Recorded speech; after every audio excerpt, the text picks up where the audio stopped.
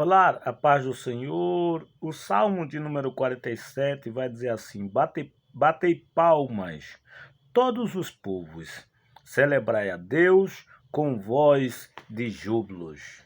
Amém? Eu quero trazer um texto aqui, uma história no livro de Samuel, capítulo de número 3, falando a respeito da tomada da arca do Senhor. Que acredito que muitos conhecem a história onde Deus constituiu a casa de Eli para ser sacerdote do Senhor perpetuamente, ou seja, eternamente, de geração a geração, eles iam cuidar da presença de Deus, da arca de Deus. Mas diz a Bíblia que os filhos de Eli pecaram contra Deus, maculando então os sacrifícios que eram oferecidos no, no altar, fazendo assim pecar toda a nação de Israel. E o texto vai dizer que Deus estava indignado com eles, querendo os destruir. O texto vai falar que eles eram filhos de Belial, coisa séria. E disse que, além disso, a fama dele, o povo sabia do que eles faziam e também a fama chegava aos ouvidos do pai. O pai também falavam com eles, mas o coração deles estava obstinado porque eles entraram na prostituição, entraram no pecado, em tudo que desagradava a Deus por ser uma autoridade, porque o próprio Eli era quem julgava a Israel. Mas Eli não tomou nenhuma atitude e deixou os filhos progredirem desse jeito.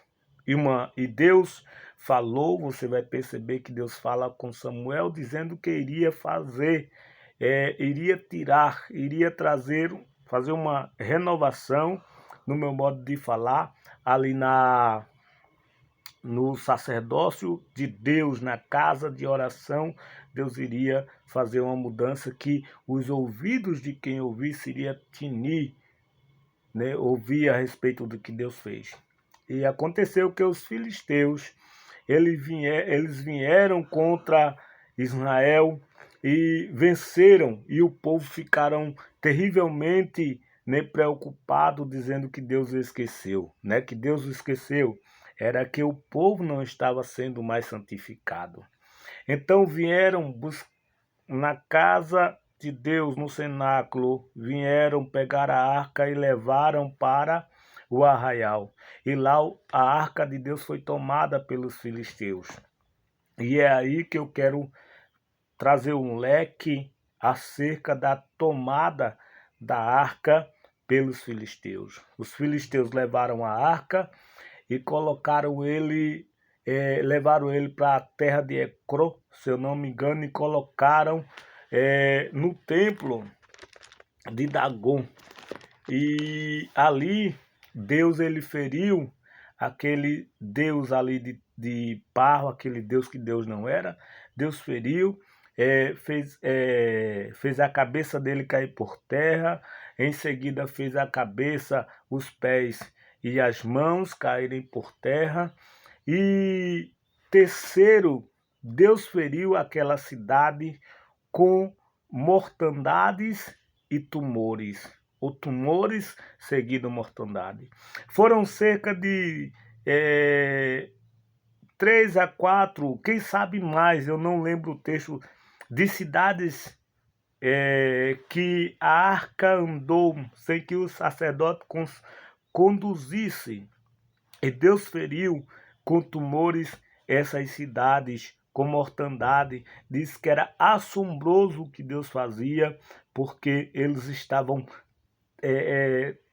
transportando a arca de Deus de maneira errada.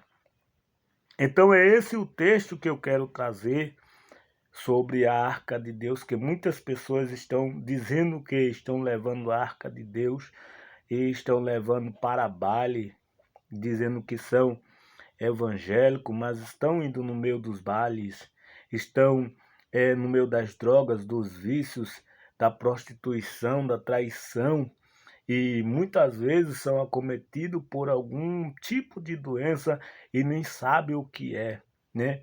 Da vez que você aceitou Jesus Cristo como seu Salvador, ou você aceita para seguir da maneira correta, ou pare de uma vez, pois a palavra do Senhor, ela é clara e Deus é sério, Ele é santo, Ele é poderoso e foi assim.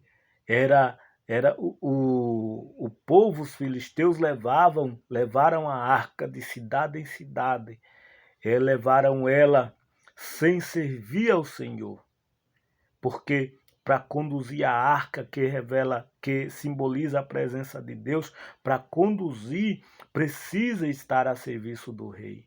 A servir a Deus, carregar a arca, precisava ser sacerdote. Porém, o povo queria a arca, mas não queria ser sacerdote.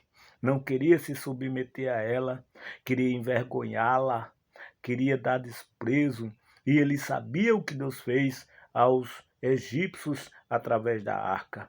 Portanto, esse é o texto que eu quero deixar: o cuidado do serviço, o cuidado com a presença de Deus, o cuidado na adoração a Deus. Não misture as coisas. Deus, depois a gente traz mais alguns textos, mas Deus, ele quer aquilo puro.